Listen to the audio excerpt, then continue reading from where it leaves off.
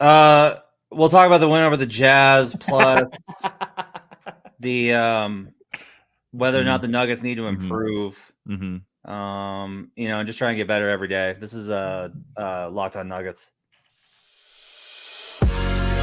You are Locked On Nuggets, your daily Denver Nuggets podcast. Part of the Locked On Podcast Network, your team every day. It's funny. 3 times this year I've gotten in trouble, and it's all for our intros. You didn't get in trouble. It's just like that's the thing that winds up making the rounds. Welcome to Locked On Nuggets, your daily Denver Nuggets podcast, part of the Locked On Network, your team every day. If you're confused by the intro, it makes sense in the last segment. Appreciate you guys being with us. Being an everydayer. Glad to have you guys with us here on World's Finest on a Sunday night. If you're joining us in the live chat with folks like Grace and Carl and Firepower and Malik's hanging out with us, Zamora's hanging out.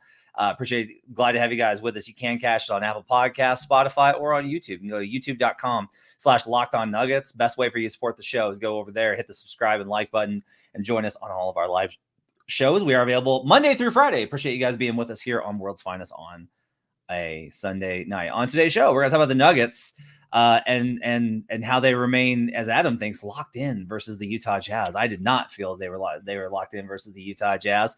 We'll talk about that performance. Plus, can Jamal Murray still make an all-NBA team? And in the final segment, we'll discuss Jamal's appearance before the media on Friday night. Can't wait. Made some waves. So we'll talk about that in the final segment.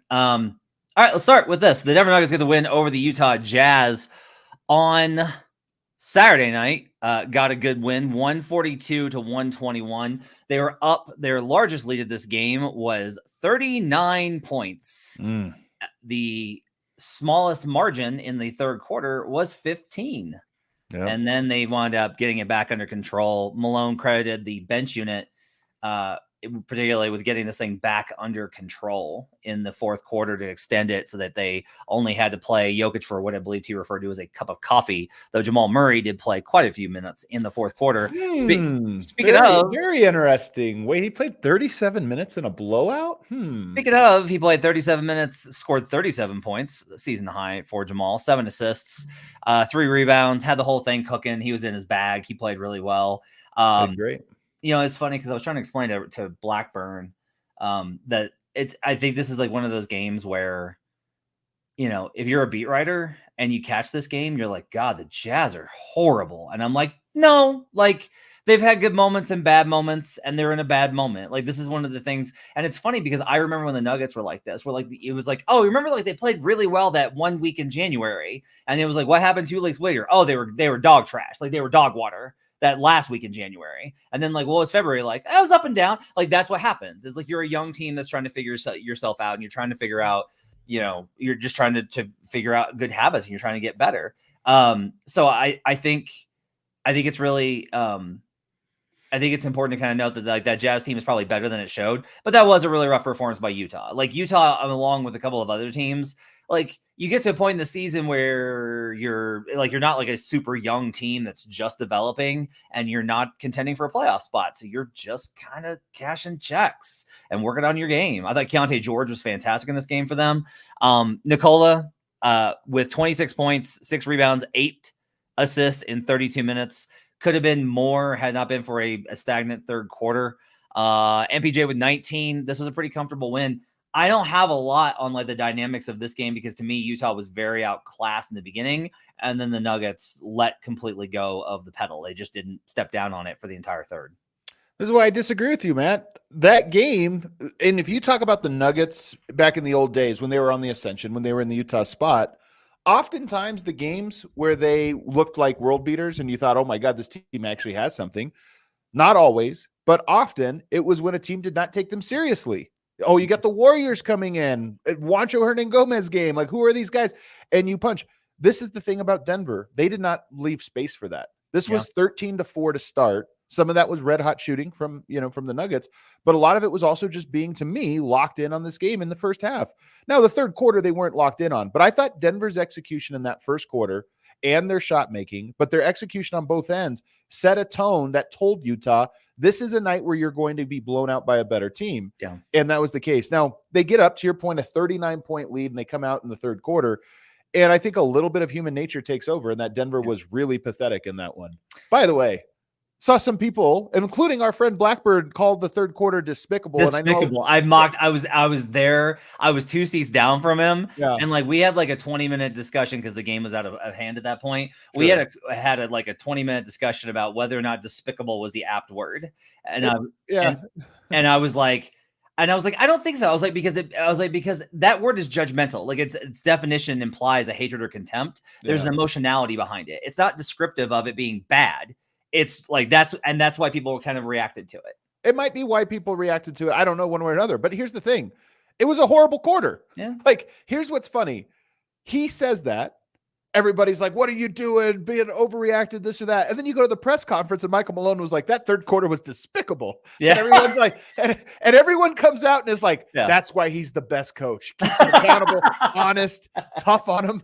And I'm just sitting here going like, and it sets the tone for something we're going to talk about in the third segment, by the way, here. It's going to set the tone. But I just found that very funny because that third quarter, everybody would have agreed. They got outscored. They gave up 44 points to Bryce Sensabaugh in the third quarter. Yeah. Like a team that was led by him. They were horrible in that third quarter, but it didn't matter because they were up by 40 and they blew 20 of those 40 points. So they were still up by a lot. So I say all that to say that's why you think they weren't locked in. But I think that they were just so locked in to start that the game became meaningless and it's hard to overcome it. So I want to agree with you that in the first half, really the entire first half, I was like very impressed because, like I was expecting this game to be close. I was like, this is the one where they're going to let down. And instead, like they came out and they played with verve and execution and sharpness in that first half, all the way through. And that's how they got a 39-point lead. The only reason I think I would say that they weren't locked in, it wasn't so much even the third quarter. It was more that I started to kind of see it in the second where it was like, you said it, like the human nature part. I just don't know that anybody there. Let me go further than that. I think it's a bad thing if you're up 39 and you're like, let's beat them by 70. Like, I don't think beating teams by more than 30 points really does a lot for you. I think all it does is get you out of good habits because you're not going to be able to compete when you look up at the scoreboard and you're like, all right, we're up 35. Like, I don't know that that's like 20, 30. Yeah, I think you could still try and put the hammer down. But after that, like, that's when you start doing things like Aaron Gordon was like looking to try stuff. He wanted to like run a little bit of a clinic and transition on some stuff. Jamal was in his bag, and you can do that against the Jazz because of where they were at. And like, that's kind of what I think I would say is like, they were locked in. You're right. They were locked in to start that game, and they did put the pedal down enough to build an insurmountable lead. I think that at some point it became like, the first quarter, I think you're right that they were locked in. And then it became more about the gap between those two teams. Like the Jazz went down in the second quarter and the Nuggets kind of like, they went slightly down, but not like hugely so. And it was the gap between them is still so wide, if that makes sense to you. I love your point because don't you feel this way about the Boston Celtics, that they win really big and it feels impressive, but then you watch them in a really tight game and they do not look like a juggernaut. In my opinion, they look like a very good team that's capable of blowing you out, but they don't necessarily look like a great team when it becomes a rock fight. And I think there is something too many blowouts probably soften you a little bit in your habits. So I like that point. I think you're right about Denver getting out of some habits, but it was an anomalous game. Denver, as good and as talented as they are, is rarely going to be up 39 points on a team. It took a perfect storm of things. Denver's not built that way. One of the reasons they're not built that way, Matt, is they don't shoot the ball that well, or they don't shoot that many threes. They just kind of methodically beat you. And in that game, they were 14 of 20, probably the hottest half they will have at any point this year, including playoffs. They were 14 of 20 and they were up 39. I will say it does make you wonder. Denver, when they make shots, it's funny that you can. What is your average is the team that you are? What do you like? What's your average default setting? But if you were to say like, no, a team is actually on hitting their shots that night, who's the best team in the NBA? And I think most people would say Boston, maybe even a Dallas or whatever. Denver might be right there. And you Yeah. saw it. They made shots and they looked like, oh my Mhm. God, this team just scores 3 points every time down court. Yeah, well, you saw it with KCP. Like that to me was like a huge. He was great in this game, and that to me was a huge indicator as well. On the other side, we'll talk about Jamal Murray, whether or not he can make an All NBA team. Plus, we'll talk a little bit more about this question, which I think is interesting. Do the Nuggets really? Should the Nuggets try and get better? We'll talk about that on the other side when we return on Locked On Nuggets. Are you the kind of driver that likes to push things a little further? Ever wonder what adventure could be around the next corner? Our friends at Nissan have a lineup of SUVs with the capability to take your adventure to the next level. The 2024 Nissan Rogue is perfect for city drives and city escapes. Its class exclusive Google built-in is always your updating assistant to call on for almost anything. Gone are the days of connecting your phone. Google Assistant, Google Maps, and Google Play Store are built right into the 12.3-inch HD touchscreen infotainment system. The 2024 Rogue is a perfect midsize crossover for your next adventure. I am literally looking at these cars right now. The 2024 Nissan Armada will change what you expect from a full-size SUV. Picture a rugged 4x4 that can see up to 8 in first-class luxury and style. Tow bigger and explore further in the 2024 Armada. Take the Nissan Rogue, Nissan Pathfinder, or Nissan Armada and go find your next big adventure. Shop NissanUSA.com. We'll be right back on Locked On Nuggets.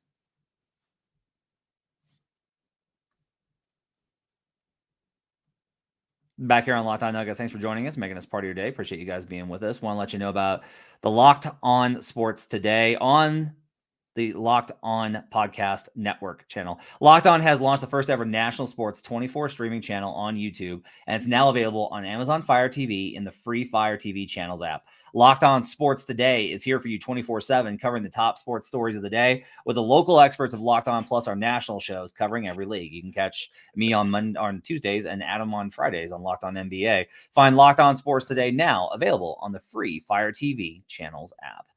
Back here with Adam Mares. So I do like this tease though. Grace J has a great. Is improvement actually bad? Next on on Locked On Locked. Nuggets. Yeah. So this is actually. Do you want to start there? Or do you want to do? Yeah, let's start there because that's an oversimplification of what you're getting at here. So we're gonna talk about a question I asked Jamal in the last segment and his criticism of that question, which we'll talk about that. But the real thing here is that I turned to Blackburn in the fourth quarter, and I was like, this is a game that didn't need to be played. That's going to be followed by a media session that didn't need to be had. And it's like the people came out and had a good time and watched great athletes play, and the local team win a game. From an entertainment standpoint, yeah, sure. I mean it more from the stance of the Nuggets don't need this game in order. Like, you don't sharpen your championship habits versus the Utah Jazz. Like Malone talked about it. He's like, we got to be better than that third quarter. Like, we've got to build those habits, blah, blah, blah, blah, blah. And I'm like, you're not going to do that versus the Jazz. And in part, like, this is the identity. And you've talked about this. And I think I think a lot about what you said lately about Denver doesn't win by margin. Denver doesn't, that's not who they are, but they win convincingly versus just about everybody, including the best teams in the league. And that's one of the things is like Denver, you have to be able to prove and each season be like, yes, we have won 50 plus games. We are this level of team.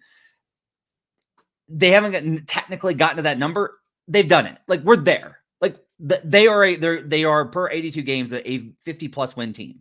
They have proven that they can compete with the best teams in the league. Like, there's nothing left for them to do. And one of the interesting questions I think here is, by pushing right now, for you to be so much better, to be like, we got to clean up this thing and fix this thing. And what if we could like turn into this team that does, win every quarter by 20? You're getting away from that core identity. Like, that identity works for the Nuggets. Like, being this team that's like, yeah, no, we're going to beat you between 7 and 11 points just about every night at home, maybe between 9 and 15 or 19. And that's who we are. Like, that's who and we're going to find a way to win in all sorts of different ways versus the best teams in the league, because we have the best player in the world and the best set of problem solvers. And I kind of think to a certain degree that because the margins are so thin and these things are always so tenuous, you have to play so many games. I don't think the Nuggets necessarily need to be like, sharpen up, be even better. Like, they're good enough to win a title. Just stay there. I mean, first of all, I want to go to your first point about Denver winning close games. Coming out of the All-Star break, they've won by 20, 15, 16, 21, 21, and 10. They have a lot of blowout wins since the All-Star break. I agree with your assessment for the Nuggets' identity most of the year, but there are margins that I think they are trying to tune up, because in the playoffs, those margins are going to matter more and more. And in the regular season, when you tune up those margins, you end up winning by 20 plus points. Denver's doing that a lot at a pretty high clip. So I would just disagree at the first part of this, that I think Denver can win by 20, 30 points because they played great and they executed great, not because they went away from the script or anything. I think that Jokic has been on this, and actually all the guys have answered in some form or fashion that the goal is not the 1 seed. It's not a certain amount of wins. It's not any of this. The goal is to perfect the brand of basketball they're going to need for the playoffs. The question, and I know we've asked this philosophically a lot, do you need to really establish that in the regular season? Because there's not really his data that proves that you need that. But the Nuggets at least have expressed that they feel they need it. Now, maybe that was an answer that they gave a week and a half ago. Maybe they feel like they've seen it and now they don't need to keep cultivating it. But I would argue, and I think you're arguing this too, this is where we converge, that the Nuggets finding and maintaining that rhythm is a skill. Being able to maintain the way you're supposed to play is a skill. And that really seems to be the last box the Nuggets need to check, is just stay in the rhythm of the style of basketball you need in the playoffs. And if you stay in it, you should have a lot of confidence going into round one.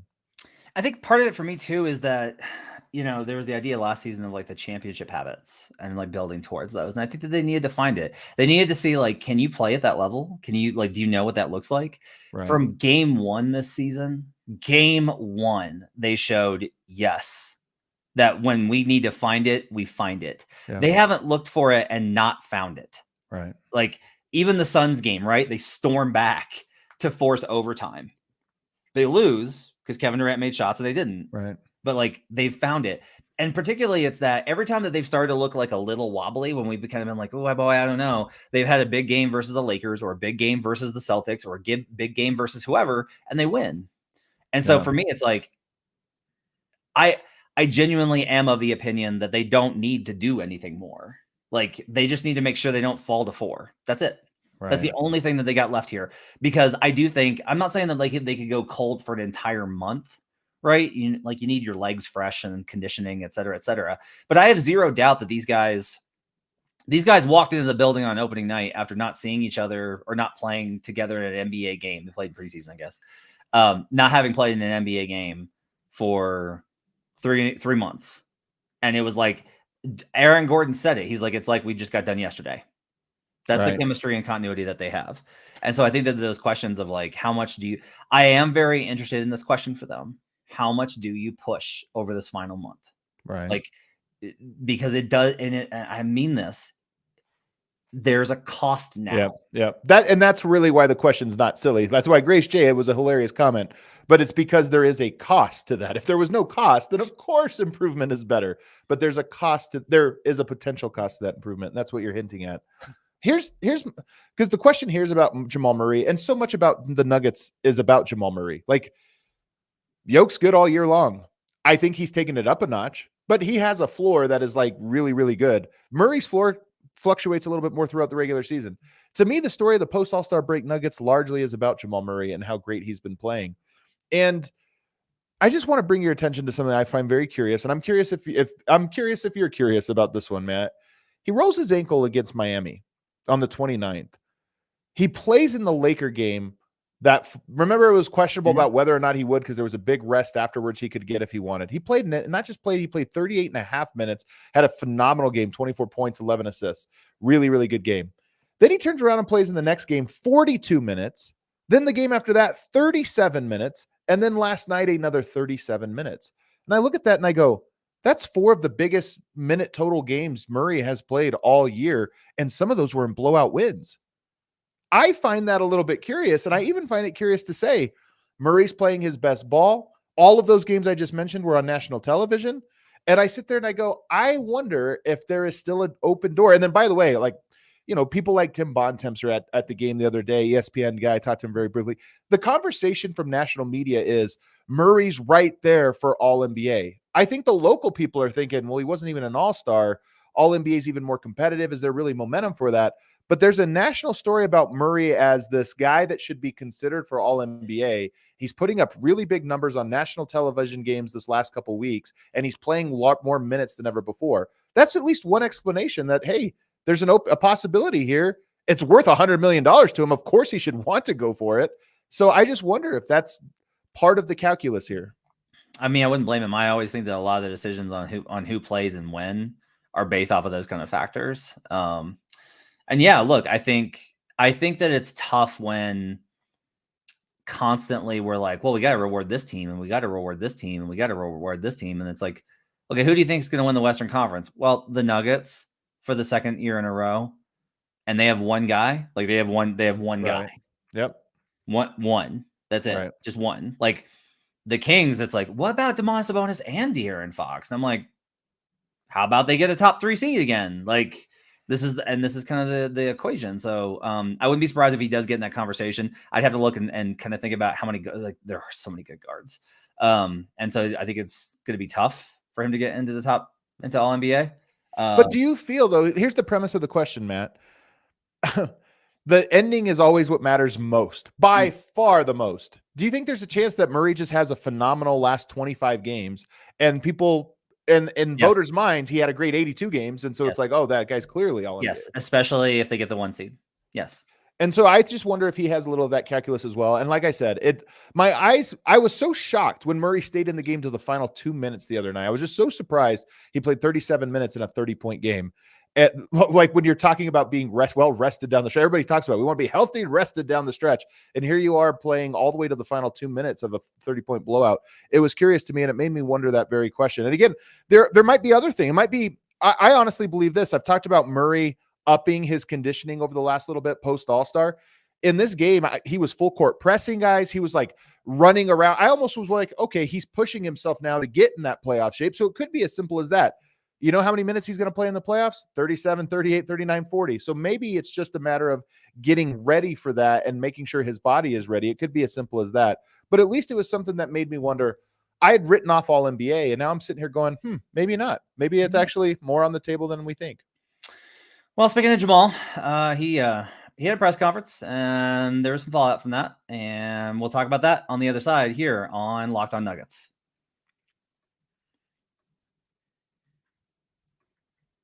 When you're hiring for small business, you want to find quality professionals that are right for the role. That's why you have to check out LinkedIn Jobs. LinkedIn Jobs has the tools to help you find the right professionals for your team faster and for free. Going through a hiring process, I think, is a lot of guesswork, and you're trying to get into it from a sheet of paper, who's good for you and who's not. That's why LinkedIn Jobs has the tools that are going to get you in a better position. It's not just another job board. LinkedIn has a vast network of more than 1 billion professionals, which make it the best place to hire. It gives you access to professionals you can't find anywhere else. LinkedIn does all that while making the process easy and intuitive. They know that small businesses are wearing so many hats and might not have the time or resources to hire. 2.5 million small businesses use LinkedIn for hiring. Post your job for free at linkedin.com/lockedonnba. That's linkedin.com/lockedonnba to post your job for free. Terms and conditions apply. We'll be right back on Locked On Nuggets.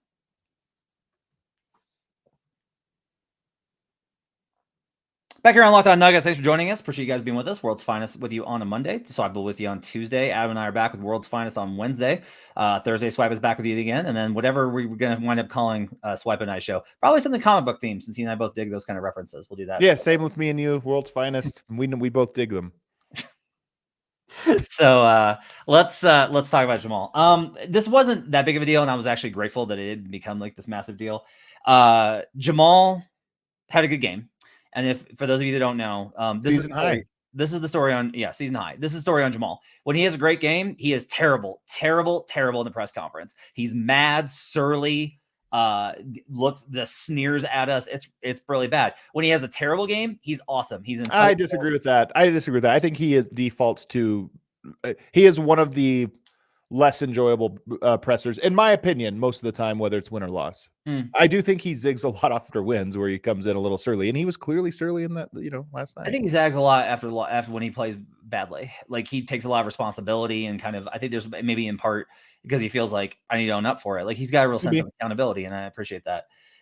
He's a big UFC fan. Like somebody mentioned it in the comments because they're defending him because this is this is why I didn't say anything about it on Twitter.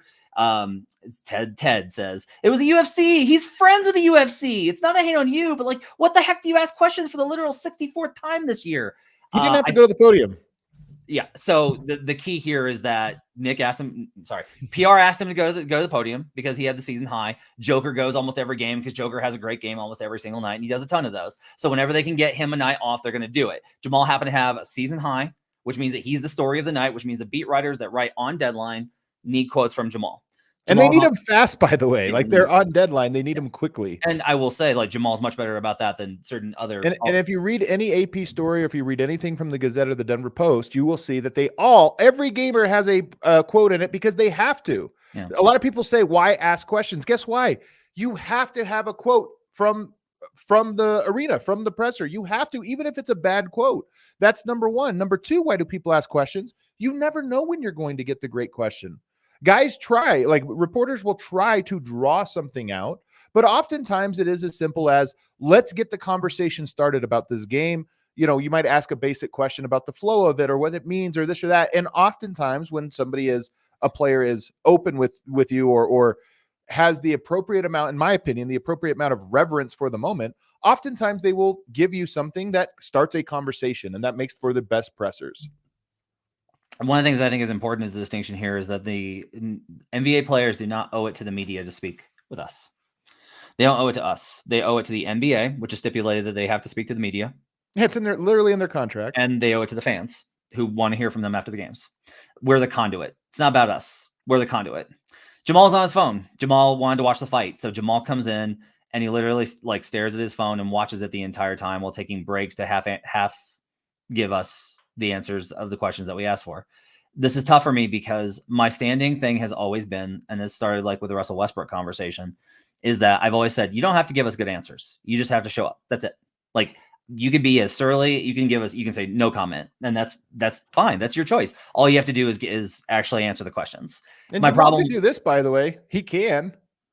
I think legally he can, like, it's whatever. Yeah, my problem with this particular approach, the reason it was really disrespectful to me, is that like it's 5 minutes of your attention. That's it. It's 5 minutes of your attention so people can do their jobs. That's it. Yeah. And I don't like the question was asked, like, what are you going to ask the 64th time? Like, look, I told Blackbird, I was like, we don't need media off of this game. The NBA started stipulating podium. We could have done this in the locker room and it would have been a lot easier. How it used to be. Yep. It wouldn't have been as much of a problem. Right. Yep. 100%. Now the second part of this is that I asked Jamal, I asked him, if the playoffs started on Saturday, would you be ready? And this was like, people have been like, it was a good question. And I will tell you, like, very genuinely, like, this is why I think I didn't do it. Like, I think a lot about the questions I ask these guys because they're giving me my time. Before you start shaking your head, hear me out. Okay.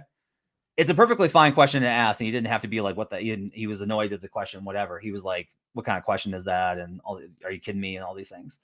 What I was trying to get at was the question that we talked about in the second segment. What is he like? What are these 18? The question I needed to ask Adam was this. I needed to ask, do you actually need these 18 games? That's the question. Is do you actually need these 18 games? Because when I said, if the playoffs started Saturday, would you be ready? This is how Jamal heard it. This is what he heard me say in his head based off of his reaction.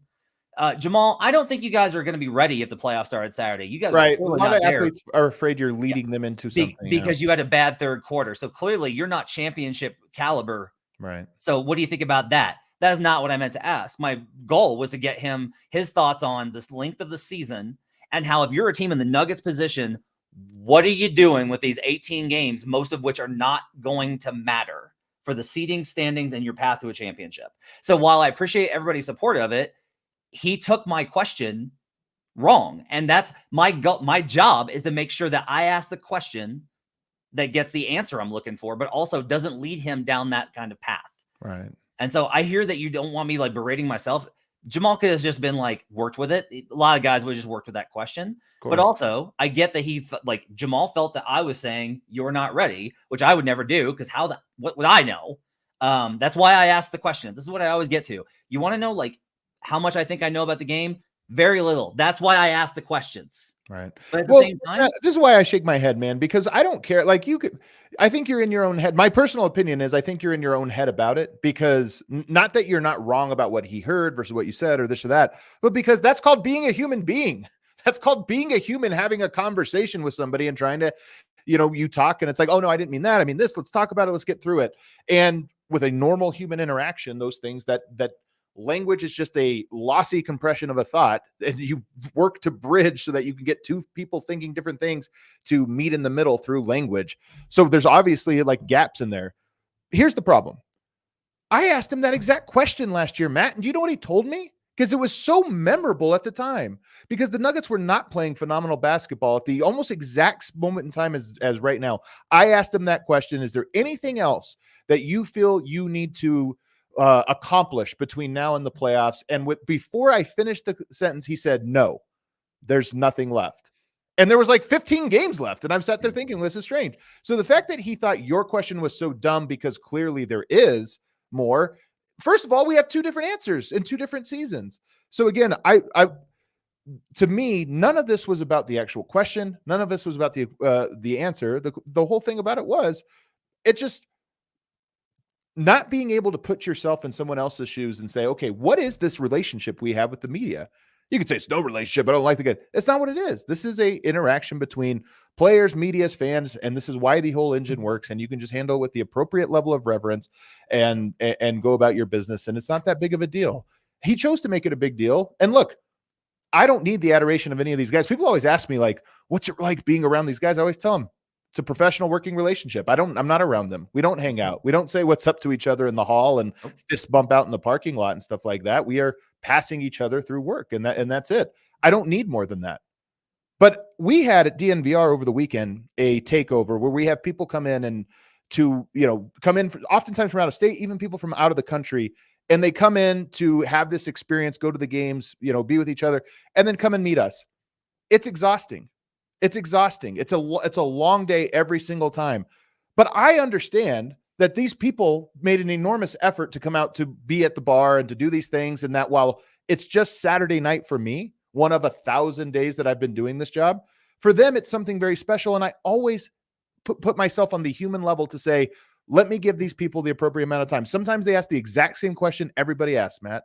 The same ones. And guess what? I try to give them my time and the energy for it because they're human beings and I understand the reaction. So to me, like, again, I more find this whole thing like ridiculous and silly. Like we've been through it a lot. It's not like I'm bothered by it, right? But I do look at it and say, I'm more bothered by the fact that people don't seem to understand. There is a thing where fans want to rush to the defense of athletes, no matter what crimes they commit or what misdeeds they do to people. And I look at this and I go, forget the roles, forget the people asking the questions, forget any of this. Two humans had an interaction and one was so wildly rude and dismissive. And that's the end of it. And we can just leave it at that. It was his prerogative, it was his decision, but we don't have to act like it was something that it wasn't. And this is like the example. Have the Nuggets media just forgotten what Jamal has done in multiple playoff runs? Or no, no, he's freaking amazing. He's one of the greatest playoff performers I've ever watched. This has nothing to do with that. Stone cold killer. He is one of the best playoff players. I had him like 5th best playoff player when I did rankings. Right. He's amazing. That's not what this is about. And it's important that we do both, that we say like Jamal played awesome. He was in his bag. He had so much control. His passing has leveled up so much this year. And I try really hard to do all those things. And I'll also say this is one more thing. I was really upset about him looking at his phone. I didn't care about him with me. Like I ask bad questions sometimes. I'm going to do that. I've been here 12 years. I'm going to ask some bad questions sometimes. Right. Don't care. For me, it's that he treated all of my colleagues with disrespect by doing that. Russell Westbrook has never been that disrespectful. And, and the other part of this for me is, that I really love the game. Like I am more, people always ask me like, are you're beholden to Nuggets? You're beholden to this, that. I love the game of basketball and I just want to see it in a good place. And I just see a lot of, it's not just in basketball, by the way. I see a lot of what I would consider to be like negative behavior that people make excuses for all the time. And I look at this one and I say, one, it's not a big deal. It's a segment on a podcast now and nothing more. It's not a big deal. But two, we can just call it like it is. It was a rude interaction. That's all it was. I don't know why we have to like galaxy brain ourselves into pretending it was some like something that it wasn't. And he'll come to the podium next time and it'll be like stuff moves on. It's not personal. It's fine. All right. It's going to do it for Locked On Nuggets. Appreciate you guys being with us. Thanks for joining us. Make sure to rate, review, and subscribe. Have yourselves a great week. Cycle with you tomorrow, recapping the game versus the Toronto Raptors. And then on Wednesday, Adam and I'll be back with you for World's Finest again. Thanks for joining us. We'll see you guys again next time on Locked On Nuggets.